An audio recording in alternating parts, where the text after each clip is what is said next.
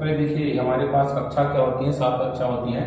हम लिखेंगे पहली कक्षा 1, फिर लिखेंगे दूसरी, यहाँ पे लिखेंगे तीसरी, यहाँ पे लिखेंगे चौथी, यहाँ पे लिखेंगे पांचवी, यहाँ पे लिखेंगे छठवीं, यहाँ पे क्या लिखेंगे 7वीं। ठीक है, 7 कक्षाएं हमने बना ली है। सबसे पहले आप क्या करेंगे, कक्षा बना ली। 7 कक्षा बन गई, इक्वल टू क्या हो गई, 7 कक्षा हो गई।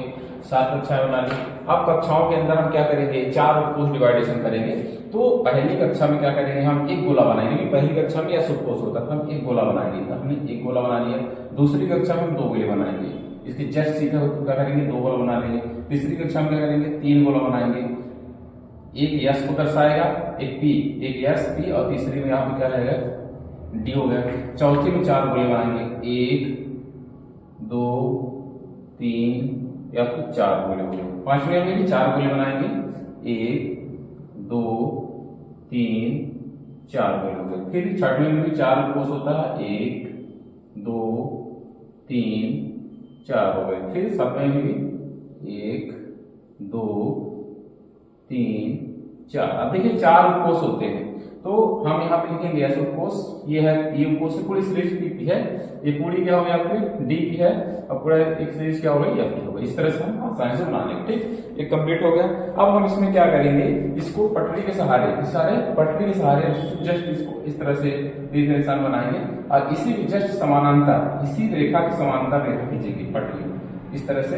अब इसी रेखा के समानांतर हम खींचेंगे इस तरह से, देखिए इसकी रेखा समानांतर खींचेंगे इस तरह से, फिर इस समांतर रेखा खींचेंगे। देखिए पटरी लगाएंगे इस तरह से, हमारा तीनों गोलों काट रहा है। अब यहाँ पे पटरी लगाएंगे, 3 गोले आएंगे, तो हम इसको भी इसी समांतर, ये रेखाएं एक दूसरे के क्या हो, समांतर होनी चाहिए। ठीक है, तो आपके गोले सही कटेंगे, नहीं तो गलत हो जाएंगे। ठीक है, इसमें भी पटरी लगाएंगे, सीधा सीधा लगाएंगे, तो इस तरह से आपका ये आ गया। इस तरह से ये क्रॉस होते जाएंगे आगे। अगर चार्ट 9 बनाएंगे तो इस तरह से और भी यहाँ पे क्रॉस करता जाएगा। ठीक है, तो अब आप देखेंगे इसको करना क्या है, सिंपल वाला तरीका है। ये तीर के निशान को ले आके क्या करना है, इस वाले भाग में मिला देना। ये देखिए यहाँ से ले जाके यहाँ पे क्या कर दिए, मिला दिया। अब यहाँ पे देखिए यहाँ से ले जा रहे हैं, यहाँ से ले जाके यहाँ पे क्या कर रहे हैं, मिला रहे हैं। इसको यहाँ से ले जाके क्या कर रहे हैं, यहाँ से क्या कर रहे हैं, ले जाके मिला दिए। अब इसको यहाँ से ले जाकर क्या करेंगे, लास्ट में क्या करेंगे, मिला देंगे। ऐसे इसको भी क्या करेंगे, यहां से ले जाकर इस तरह से सभी में हम पहले मिला देंगे इस तरह से। इसलिए क्लियर हो गई। यहां से हम इसको मिला देते हैं, ऐसे ये भी क्या हो जाएंगे, इस तरह से ये भी क्या हो जाएंगे, पूरी तरह से उसमें मिल जाएंगे। ये अब बाउल का ग्राफ बन गया। अब इस ग्राफ से हम इलेक्ट्रॉनिक विन्यास का जो क्रम है, जो हमने पढ़े हैं N+L का नियम, ठीक है, तो उसमें हम इसको कैसे सेट करेंगे, इसको पहले देखिए। ये सीरीज है आपकी S उपकोष के लिए है, या आपके लिए P के लिए है, या आपके D बनाया हुआ D के लिए है, किसके लिए है। तो हम यहाँ शुरुआत करेंगे कक्षा संख्या 1 से स्टार्ट करेंगे। हम लिखेंगे 1, और ये पहला गोला किसके लिए है, किसके लिए है, S के लिए है, तो क्या हो जाएगा, 1s हो जाएगा। फिर यहाँ से घूम कर आएंगे तो क्या हो जाएगा, 2 के सामने किसके लिए, S के लिए, तो हम क्या लिखेंगे, 2s लिखेंगे। और 2s के बाद ये घूम कर कहाँ जा रहा है, इस पे जा रहा है। ये 2 के सामने है और इसके सामने, इसके सामने भी है, तो क्या हो जाएगा यहाँ पे 2p हो जाएगा। फिर यहाँ पे आ जाइए 3 के सामने जस्ट नीचे क्या है, 3s है, तो आपका 3s आ जाएगा। फिर जस्ट आप इसको देखिए घुमा के कहाँ पे आ जा रहा है, इस समय आ रहा है 3 के में किसका जा रहा है, आपका p में जा रहा है, तो क्या हो गया आपका 3p हो गया। इस तरह से और आगे आ जाइए, इस वाले गोले में 4 और किसके सामने है, तो क्या हो जाएगा 4s हो जाएगा। अब फिर यहाँ से फिर से निकलेंगे, यहाँ से निकलेंगे, इस पे देखें तो 3 के जस्ट सामने है, और किसके सामने, नीचे किसके, D के है, तो क्या हो जाएगा आपका 3D हो जाएगा।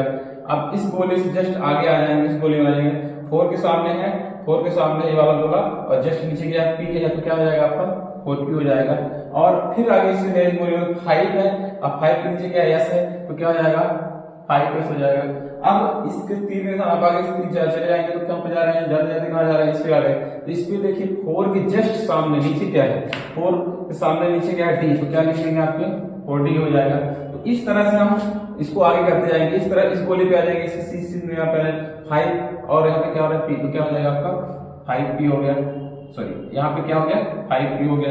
अब जस्ट और आगे आ जाए तो 6 है, और 6 बाद S है, तो क्या हो जाएगा आपका 6s हो जाएगा। इस तरह से हमारा एक क्रम बनता जाएगा, और अब बाउ का नियम का ग्राफ बनाने के बाद हम इस तरह से इसको कर सकते हैं। और इसमें हम इलेक्ट्रॉनों को आसानी से कर सकते हैं, इलेक्ट्रॉनिक विन्यास भी कर सकते हैं। कैसे इलेक्ट्रॉनिक विन्यास करना, बहुत ईजी भाषा में है।